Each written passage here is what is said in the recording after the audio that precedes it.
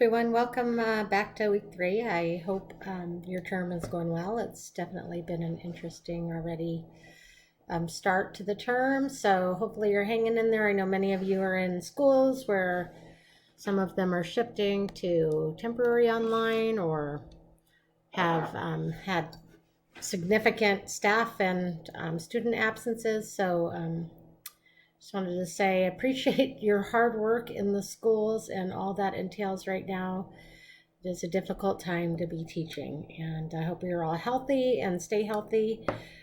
This is going to be a short recording this week, not a lot to update you on. I did provide quite a bit of information last week on the video on how to complete the STEM brief that's due next week. Most of you have already posted your discussion posts for week 2, and great job using your resources. Global STEM is a little more challenging to, as some of you pointed out, to one, find resources on, and two, really have an opportunity to compare. It's often like looking at apples compared to oranges. So I thought you did a great job of finding resources and focusing on those things that you were able to find information on, but looking at how maybe that can be a challenge because of how, particularly in the U.S., race and ethnicity is defined, and how that shows up in our every level of our society.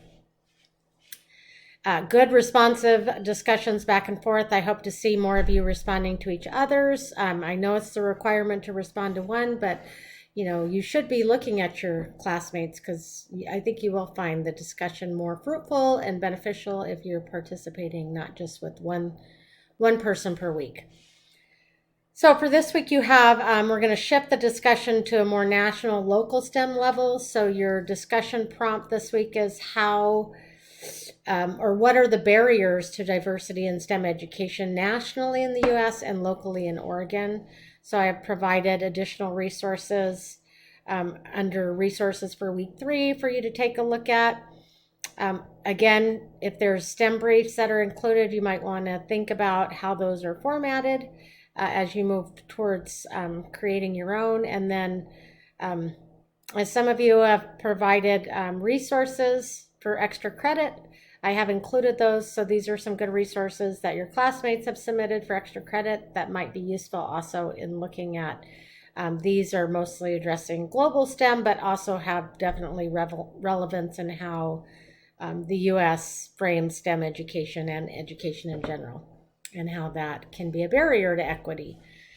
So that's your only assignment for this week, is the discussion forum. Make sure to take a look at the research brief and be working on that. Just a reminder, that does need to be done in newsletter format, not a paper. So here is the to-do list for week 3 in case you need to review this. So basically, again, review the resources. If you find a particularly helpful resource that you want to share with me, those can be awarded extra credit points. The discussion forum is your assignment, and then looking ahead towards that diversity brief. So that's it for this week. Hope you had a good weekend, and I look forward to seeing your discussions for week 3.